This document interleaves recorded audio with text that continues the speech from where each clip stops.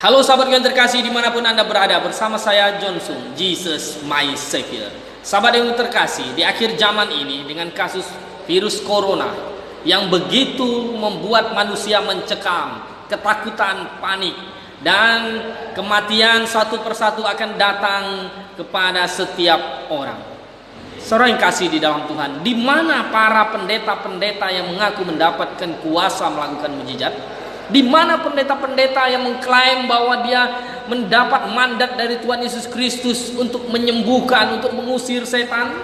Di mana pendeta-pendeta itu yang mengklaim mereka menggenapi Markus pasal 16 yang mengatakan bahwa tanda-tanda ini akan menyertai orang percaya? Mereka akan minum racun dan tidak mati, mereka akan memegang ular, mereka akan mengusir setan dan melakukan mujizat yang dahsyat. Di mana mereka?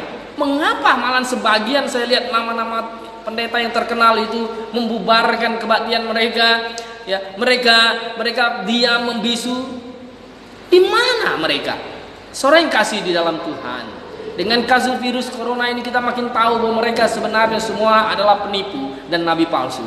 Mereka menggenapi Matius pasal 7 ayat 22 sampai 23. Dikatakan dengan jelas di sana bahwa nabi-nabi palsu akan muncul dan berkata, Tuhan kami bernubuat demi namamu, Tuhan kami melakukan mujizat demi namamu, Tuhan kami mengusir setan demi namamu. Tapi Tuhan akan berterus terang kepada mereka dan berkata, enyalah engkau pembuat kejahatan. Saudara yang kasih di dalam Tuhan, peringatan dari Tuhan begitu keras. Mengapa banyak umat, banyak jemaat, manusia tidak memakai akal budinya membaca Alkitab untuk melihat itu?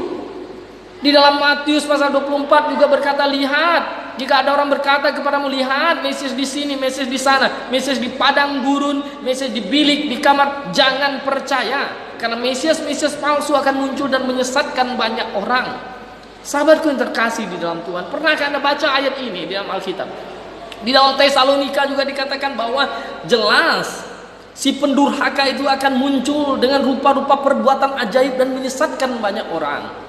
Saudaraku yang kasih di dalam Tuhan, saya adalah orang yang percaya mujizat itu masih ada dan tetap nyata, tetapi bukan karunia melakukan mujizat. Apa bedanya? Karunia melakukan mujizat adalah Tuhan beri hak itu kepada para rasul, bukan kepada setiap orang percaya. Tetapi setiap orang percaya ketika mengalami sakit penyakit apapun, dia berhak berdoa kepada Tuhan Yesus Kristus dan Tuhan Yesus akan menyembuhkannya. Sahabatku yang terkasih di dalam Tuhan, di mana pendeta yang ngaku dia dapat minyak urapan, mengurapi rumah, mengurapi mobil, mengurapi orang supaya sembuh, kanker disembuhkan, kutuk kebangkrutan, melepaskan kutuk kebodohan? Bukankah mereka itu sebenarnya menipu dan membodohi umat? Mereka hanya pendeta-pendeta yang mencari materi jasmani duniawi. Mereka hidup kaya raya, mobil mewah, rumah mereka besar, mewah. Saudara yang kasih di dalam Tuhan, tidak tahukah bahwa mereka adalah penyesat-penyesat itu? Mujizat yang paling besar yang harus kita tahu adalah bahwa Tuhan Yesus telah mengasihi kita umat manusia. Kita orang berdosa, kita bukan manusia suci, tapi Tuhan Yesus telah datang ke dunia ini, dihukumkan di kayu salib untuk menebus dosa manusia. Barang siapa yang bertobat dan percaya kepadanya akan diselamatkan, tetapi barang siapa tidak percaya kepada Tuhan Yesus Kristus, dia akan dihukum. Tuhan Yesus berkata, akulah jalan kebenaran dan hidup, tidak ada seorang pun datang kepada Bapa kalau tidak melalui aku. Tuhan Yesus juga berkata, akulah kebangkitan dan hidup. Barang siapa percaya kepadaku, dia akan tetap hidup walaupun dia sudah mati. Saudaraku yang kasih dalam Tuhan, itulah mujizat yang paling luar biasa yang Tuhan berikan kepada kita. Kita mati, kita akan dibawa ke dalam rumah Bapa di sorga.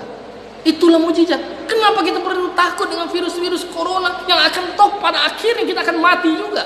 Pada akhirnya kita akan mati mungkin karena hepatitis, kanker, tumor dan segalanya. Pencegahan itu perlu, ya. Tetapi dengan kasus ini Anda harus tahu bahwa Tuhan mengizinkan ini terjadi supaya Anda tahu bahwa dan berpikir pendeta-pendeta yang mengklaim mendapatkan mujizat dan kuasa itu adalah sebenarnya nabi-nabi palsu. Jika ada pertanyaan, silakan WhatsApp di nomor saya. Bersama saya Johnson. Maranatha.